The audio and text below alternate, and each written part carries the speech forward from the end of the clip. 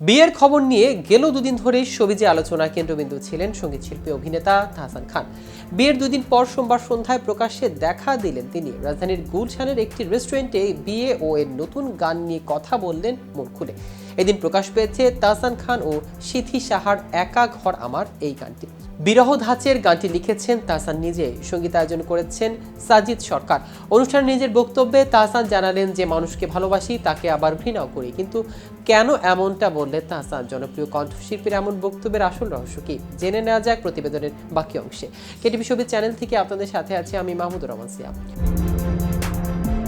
অনুষ্ঠানে উপস্থিত থেকে নিজ হাতে অনুপম মিউজিক ইউটিউব চ্যানেলে একা ঘর আমার গানটি প্রকাশ করলেন তাহসান। সঙ্গে ছিলেন সিথি সাহা, সাজিদ সরকার সহ আরো অনেকেই।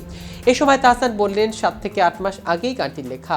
একটা মানুষের প্রেমে পড়ে গেলে সেই মানুষটার প্রতি অনেক প্রত্যাশা থাকে। সেই প্রত্যাশা পূরণ না হলে মানুষের কষ্ট অনেক বেশি হয়। এমন হয় আপনি যাকে ভালোবাসেন সেই মানুষটা আপনাকে কষ্ট দিচ্ছে আর আপনি সেই কষ্টটা পুষে রাখছেন।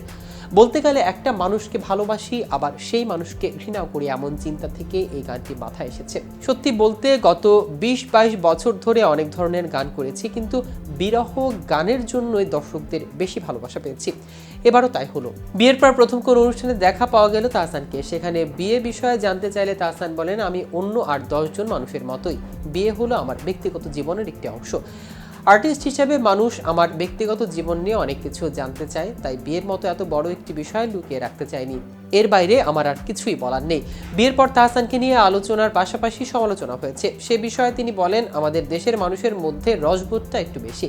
এছাড়া আমরা জাতিগতভাবে একটু বেশি বিচারধর্মী। কিছু মানুষ আছেন যারা সবসময় চুলচেরা বিশ্লেষণ নিয়ে একটু বেশি ব্যস্ত থাকেন।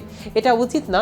এসব বিষয়ে মাথায় রাখলে আমাদের এগিয়ে যাওয়া কঠিন। এ বিষয়ে তাহসান বললেন, আমার কাজ হলো গান করে যাওয়া, এর সঙ্গে অভিনয় সুযোগ পেলে সেটা করব। 1 বছরে কিছু গানের পরিকল্পনা করেছি, সেগুলো বাস্তবায়ন করার চেষ্টায় আছি। এদিকে গেল কয়েকদিন ধরে শোবিজ অঙ্গনের সবচেয়ে চর্চিত ইস্যু হচ্ছে তাহসান খানের বিয়ে। মেকআপ আর্টিস্ট রোজা আহমেদকে বিয়ে করেছেন এই গায়ক। গায়ে হলুদের ছবি প্রকাশে আসার পর থেকে সবাই এই নবদম্পতিকে শুভকামনা জানাতে নেমে পড়েছেন। এরপর তাহসানের তরফ থেকে বিয়ের আনুষ্ঠানিক ঘোষণা আসার পর তো সামাজিক যোগাযোগ মাধ্যমে ছয়লাভ হয়ে যায় অভিনন্দন বার্তায়। সে কাতারে সামিল হয়েছে মুক্তির অপেক্ষায় থাকা জঙ্গলি সিনেমার টিমও। তাহসান যেহেতু গান কবিতায় নিজের বিয়ের অফিসিয়াল ঘোষণা দিয়েছেন, সেই ধারাবাহিকতায় জঙ্গলি টিমও গানে গানে জানালেন অভিনন্দন বার্তা। সিনেমাটিতে রয়েছে তাহসানের গাওয়া একটি গান। গতকাল সেই গানটি প্রথম 2 লাইনের টিজার প্রকাশ করে তাহসান রোজাকে অভিনন্দন জানায় জঙ্গলি টিম।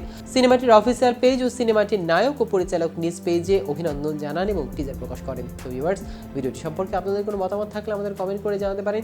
সাথে সাথে নিয়মিত showbiz related update informative video পেতে কেটিভি শোবিজের সাথে থাকুন। ধন্যবাদ।